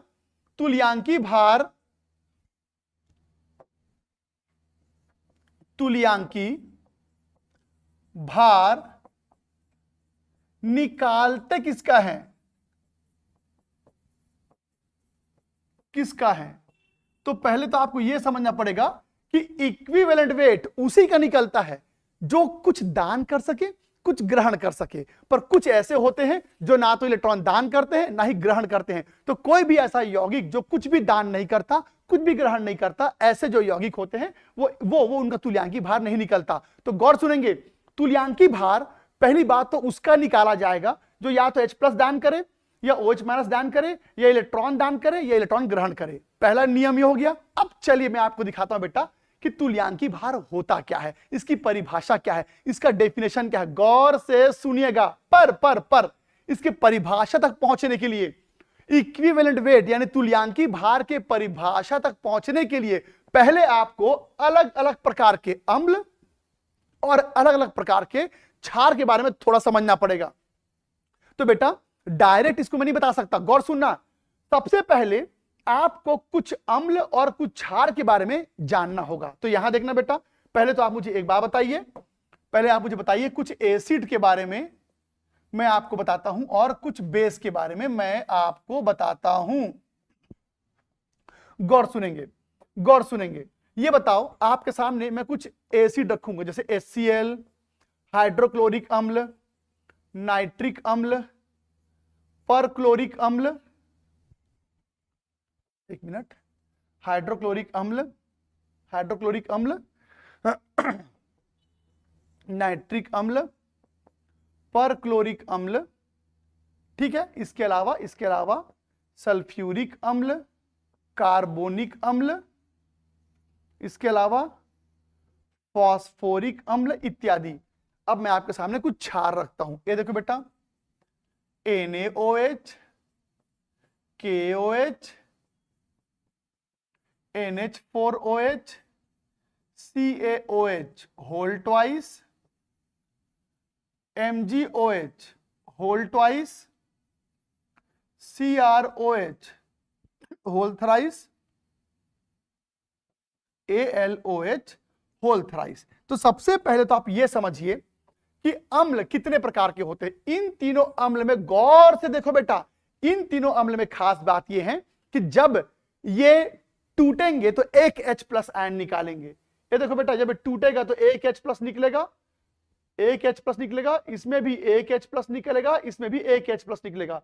पर जब ये टूटेगा तो 2 H निकालेगा, 2 H निकालेगा, ये भी 2 H निकालेगा, और ये जब टूटेगा तो 3 H निकालेगा। तो बेटा कई प्रकार के अम्ल और क्षार जो है होते हैं। तो गौर सुनेगा, वे सारे अम्ल जो एक H+ निकालते हैं इन्हें कहते हैं बेटा मोनोवेलेंट, मोनोवेलेंट एसिड। हिंदी में कहूं तो इसे आप कहते हैं बेटा एकल संयोजी। इसे हम कहते हैं बेटा एकल संयोजी अम्ल। तो गौर सुनेंगे, गौर से सुनेंगे, कोई भी एसिड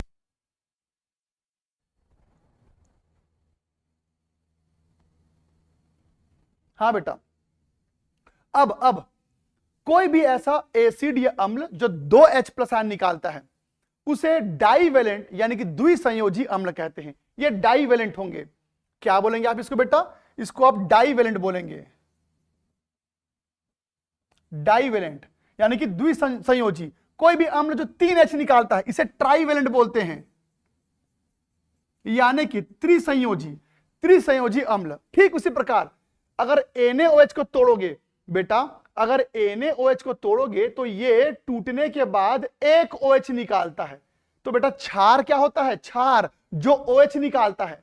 तो ये तीनों एक OH निकालेंगे। इसको तोड़ोगे तो बेटा ये 2 OH निकालेगा, 2 OH। इसको तोड़ोगे तो बेटा ये 3 OH निकालेगा। तो अब जरा गौर से सुनना, कोई भी अम्ल जो टूटने के बाद एक OH निकाले इसे हम मोनोवेलेंट क्षार कहते हैं, यानी कि एकल संयोजी। इसे हम बोलेंगे बेटा मोनोवेलेंट, मोनोवेलेंट बेस यानी कि एकल संयोजी क्षार।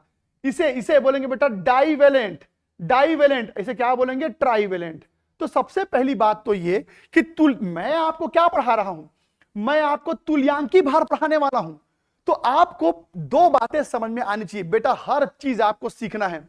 तुल्यांकी भार को समझने के लिए कुछ छोटी मोटी बातें आपको मालूम होनी चाहिए। पहले कि तुल्यांकी भार निकालते किसका है, और दूसरा तुल्यांकी भार निकालते वक्त किन बातों का ध्यान रखें। तो तुल्यांकी भार निकालते वक्त पहले तो आपको यह पता होना चाहिए कि अम्ल कितने प्रकार के होते हैं, क्षार कितने प्रकार के होते हैं।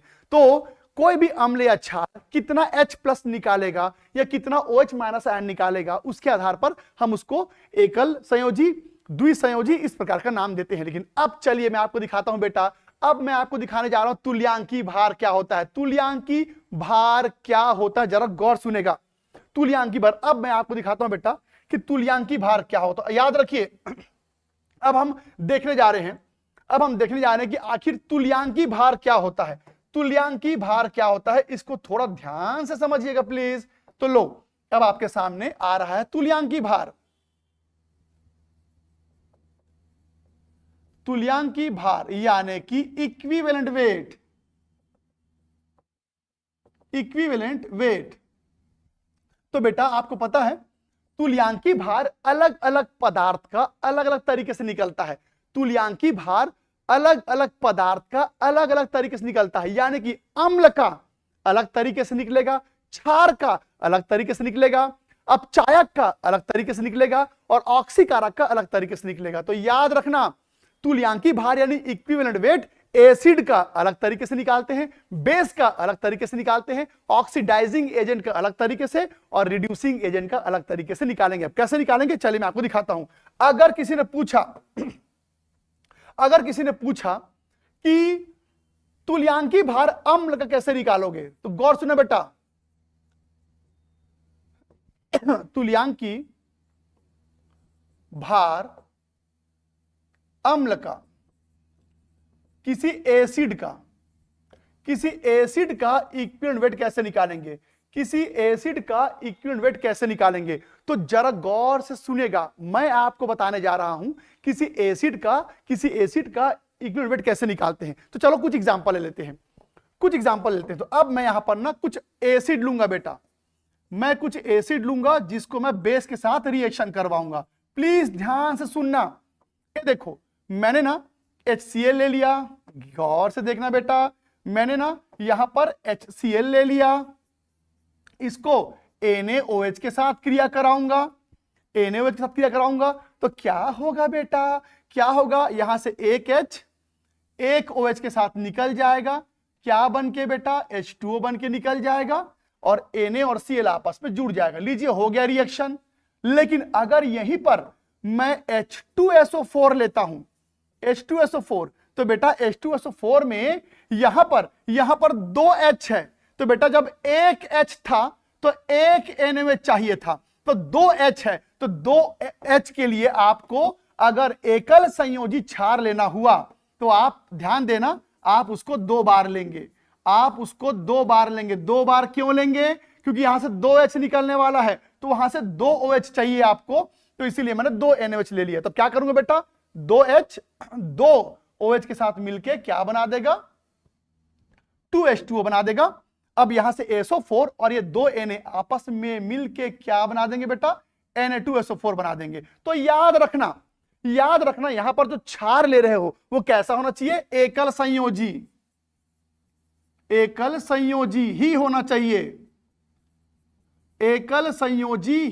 यानी कि मोनोवेलेंट ही होना चाहिए, मोनोवेलेंट। तो अब सुनो, अब मैं आपसे पूछूंगा कि चलो बताओ H3PO4 से क्रिया करने के लिए कितने एकल संयोजी क्षार चाहिए। तो बेटा यहां पर 3 H है, तो 3 OH चाहिए होगा, तो 3 OH के लिए आपको 3 NaOH लेना पड़ेगा, है ना। अब आप यहां पर क्या करेंगे, 3 H 3 OH के साथ निकल जाएगा।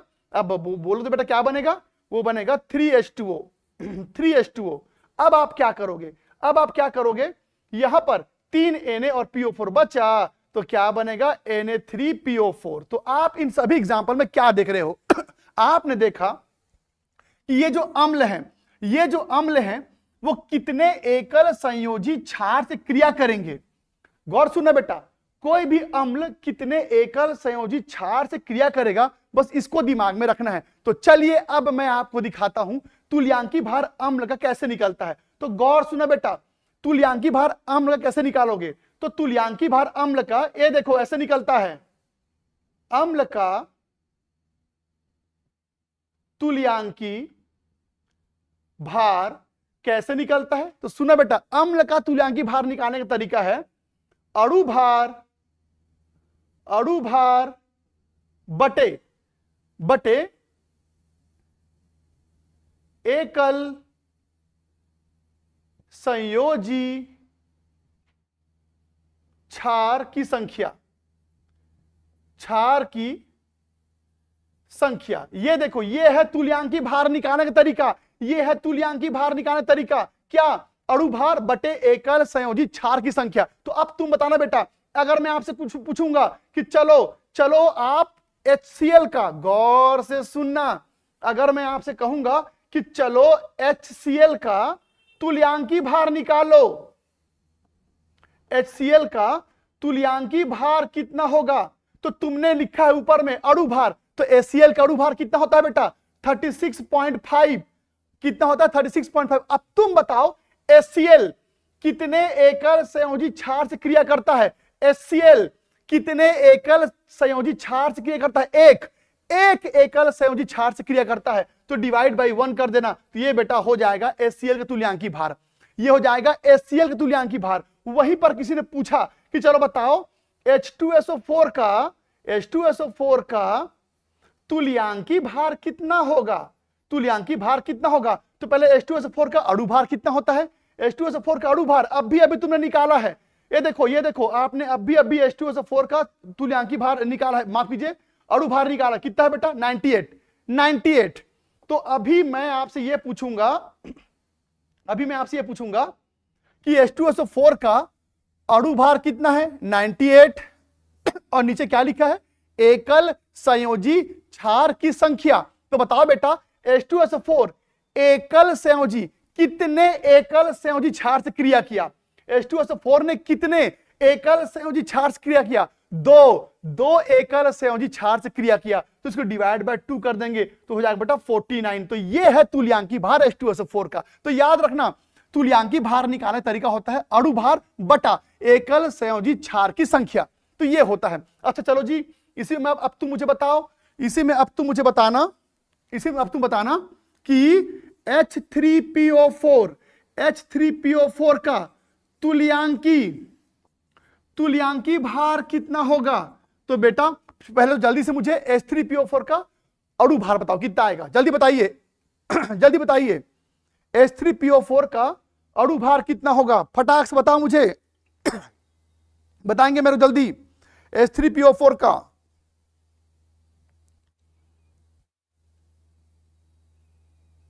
बताइए।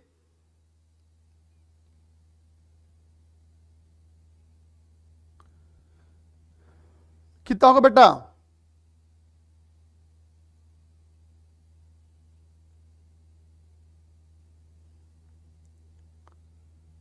कितना आया?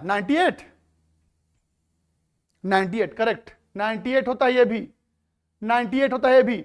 और डिवाइडेड बाई, तो बेटा H3PO4 कितने एकल संयोजी क्षार से क्रिया किया? कितने एकल संयोजी क्षार से क्रिया किया? 3। तो इसको 3 से डिवाइड कर देंगे तो लीजिए H3PO4 का तुल्यांकी भार निकल जाएगा। तो अब ये तो हो गया पुस्तक में लिखा हुआ परिभाषा, पर अब तुम थोड़ा बुद्धि लगाओ बेटा, अब तुम थोड़ा बुद्धि लगाओ कि अरे भाई HCl एक H निकालता है तो एक एकल संयोजी Na से क्रिया करेगा। H2SO4 2H दान करता है तो 2 Na से क्रिया किया, और H3PO4 3H दान करता है तो 3 Na से क्रिया किया। तो ऐसे में क्या मैं ऐसे में तुल्यांकी भार की परिभाषा कुछ ऐसे लिख सकता हूं? तो क्या मैं ऐसे में तुल्यांकी भार की परिभाषा ऐसे लिख सकता हूं बेटा? ये देखो एक और परिभाषा, तुल्यांकी भार की परिभाषा को आप ऐसे भी लिख सकते हैं। क्या बेटा? अणु भार बटे H plus ion, H plus निकलने वाले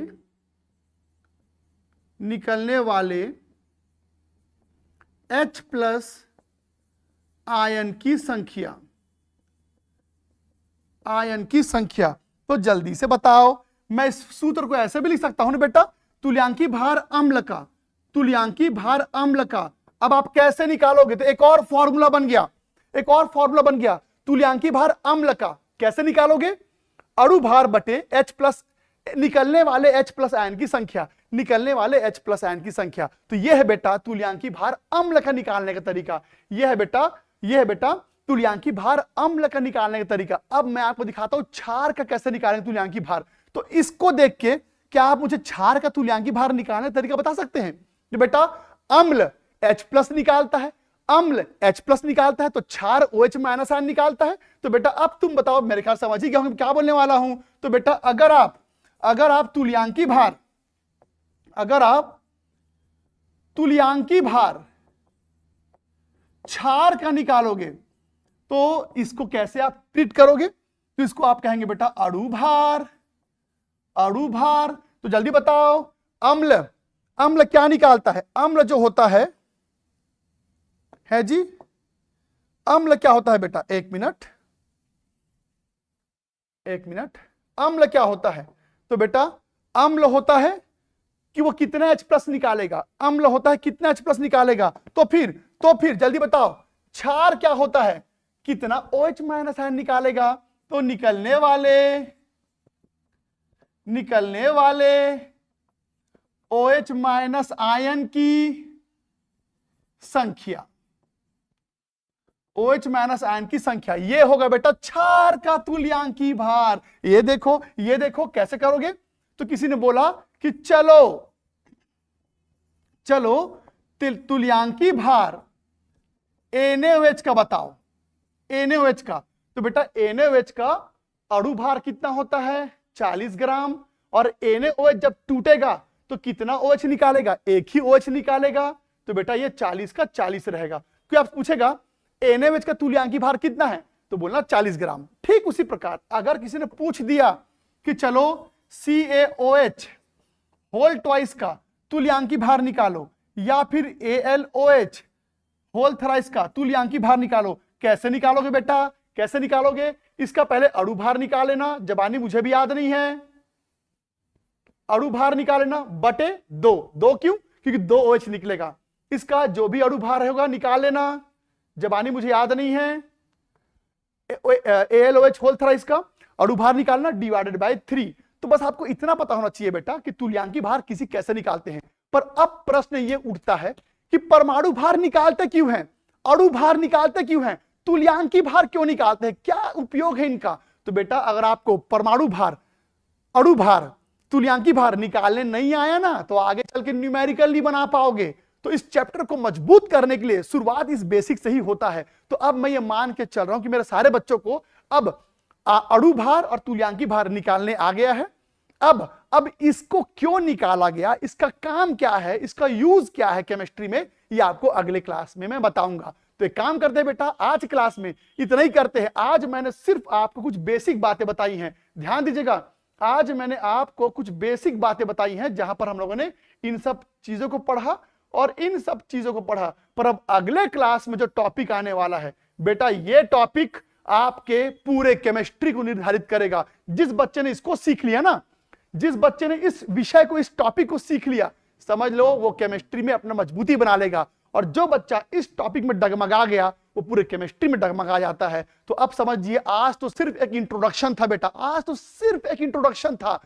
मेन कहानी अगले क्लास से शुरू होगी। तो चलिए, मैं गोगी सर कल फिर से इसी टाइम पे आपसे मिलूंगा केमिस्ट्री के इस सब्जेक्ट को आगे बढ़ाते हुए। तो आज क्लास में इतना ही करते हैं बेटा। चलिए, तब तक अपना ख्याल रखिए, पढ़ के आइएगा, बहुत मजा आने वाला है। तो चलिए, टेक केयर, बाय बाय।